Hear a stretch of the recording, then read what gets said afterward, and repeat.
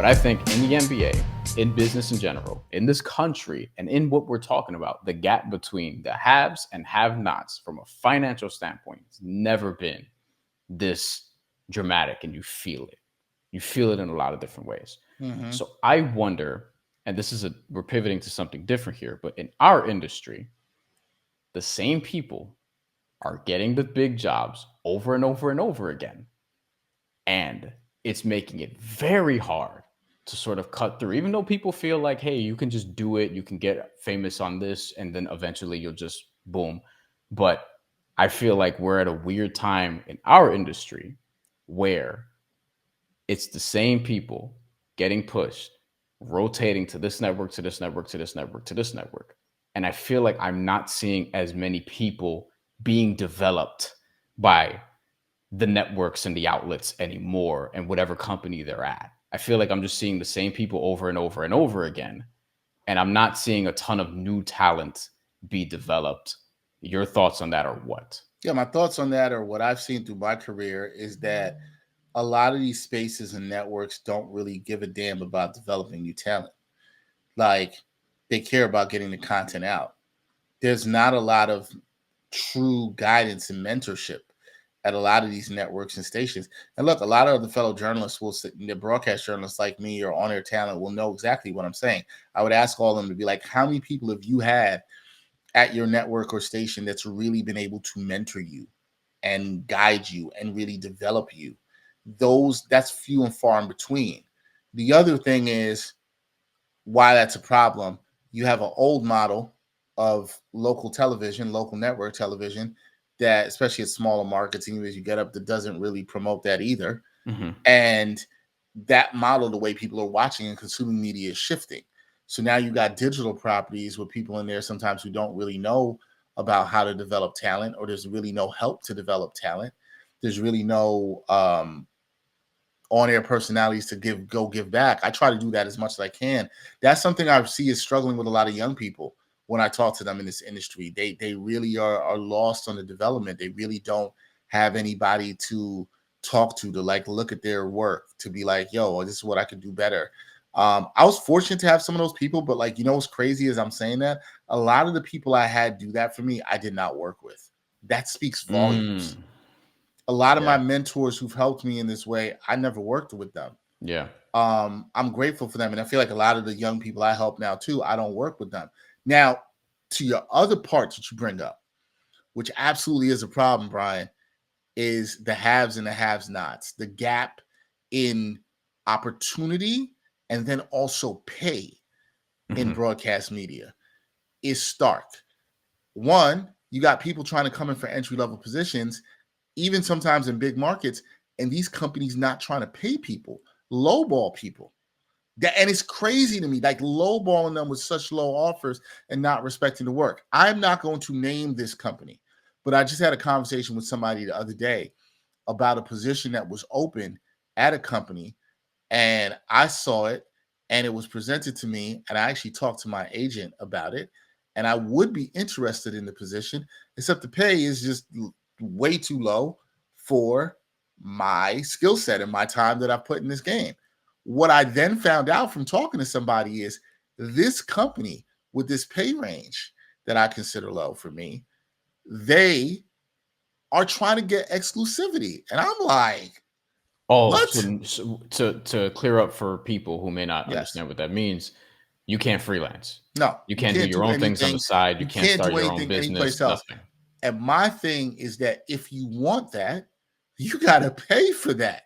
Right. If you want that. In And a where seemingly everyone needs multiple streams of income to get by. right, how dare you tell me I can be limited to that and not do this? But what I said to the person I was talking to, I said, well, you got to look at it this way. When you see a company put out a salary range in which they did in the market they're in, to let everybody know it's in the New York market, and then they're asking for exclusivity, what that tells me is they don't want someone with experience. They want somebody young and cheap.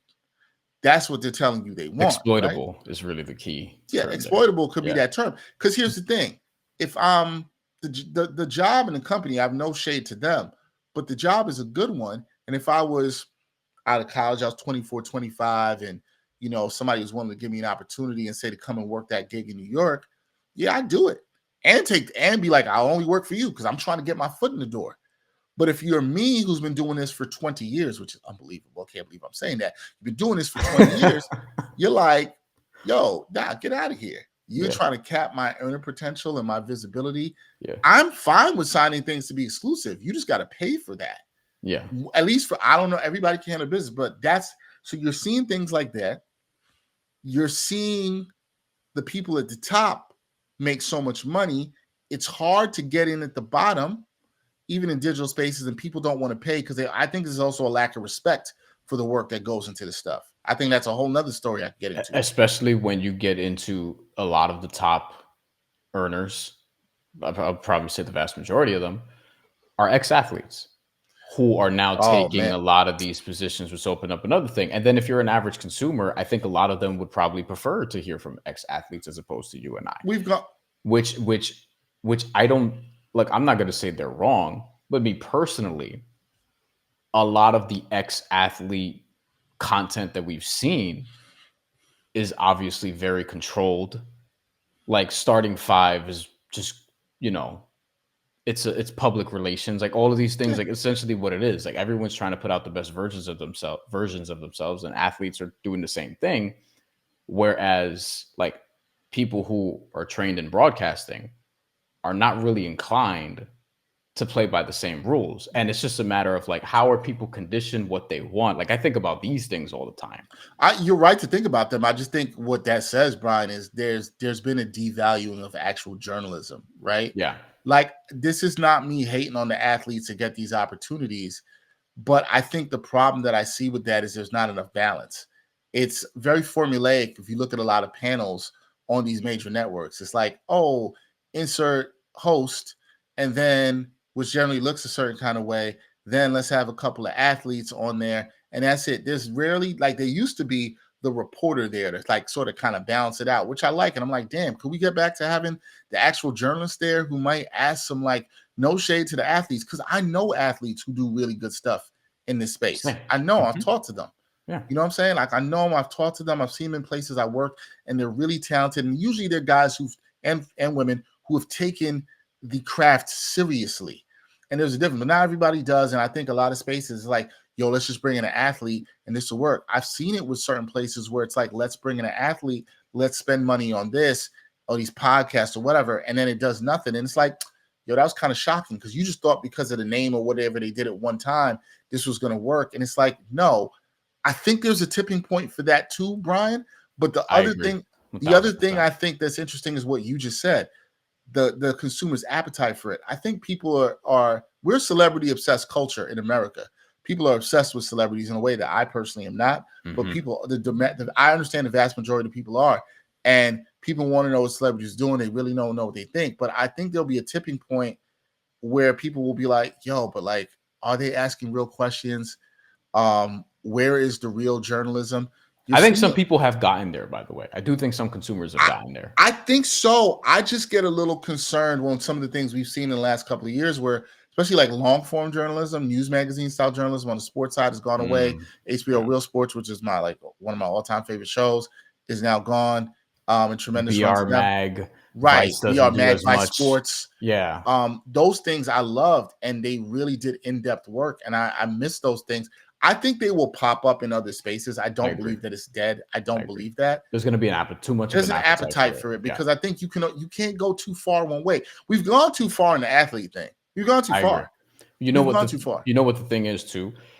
You mentioned celebrity. I think we're also, I wouldn't say obsessed, but we do love documentaries as a culture. And I love documentaries. I think that's one of the spaces. But I think what people are beginning to see through is like when you see, what's that series on Netflix? But they did like the Johnny Manziel episode. They did the Florida Gators episode. The Gators one did not go over well. Untold. That's Untold. Yeah. The Florida Gators at the Palace, right? Yes, and the Florida Gators one seems like just an infomercial for Florida football and doesn't really get into the shit we want them to get into. Whereas some of the other things that they've done are actually really interesting, and was also criticized because it's like, wait, are they just propping up Tim Donaghy? Like, what the hell is going on here? Because like Amin Al Hassan comes out after, accurately, in my opinion, goes like a lot of the shit he was saying is bullshit. And they just kind of let him do that. And I think he might have even said, like, this is what happens when you don't have people there to like ask real questions, so to speak. He's You right know, though. like He's that. right. I thought one of the ones I thought that was on Netflix, not that we're just targeting Netflix here because they're not alone in this, but Right. I thought the sprint series was really good with the track and field. I thought that was really well done. Mhm. But I think the difference why that was good, Brian, was that track and field is a sport that almost they need to show that authenticity. Yeah. So there was nothing that could be fake there. And that's Yeah. it's very individualistic in terms of like single runners. There's nothing they could like do to do that. And I think in a way, because that sport needs more visibility, they were allowed to be like, okay, we're just going to leave this open. I think too many of the other sports, you talked about basketball and stuff like that, you're going to have a lot of athletes that are caring like, oh, I got my image. I They're don't gonna want to play it show. safe, Yeah. 1000%. And it's Yeah. like that's going to come through as inauthentic because one thing I do believe about this age that we're in media consumption with sports is people do want authenticity.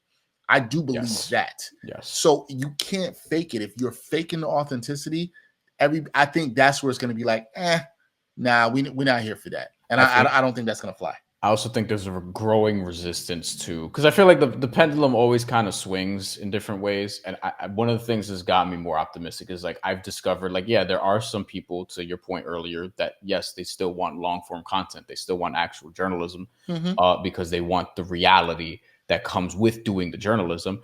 And some people also want, like, they don't want the short form content, or they don't want the hot take content, and they don't want people like, you scroll on your phone and you hear, just the same cliche shit that, no shade to influencers, but influencers often say, and you're like, oh, I don't want to hear this bullshit right now. You know what I mean? Like, I think the sensibilities are probably different from where they were when we were fresh out of the pandemic, and I feel like we were all like thinking a certain way.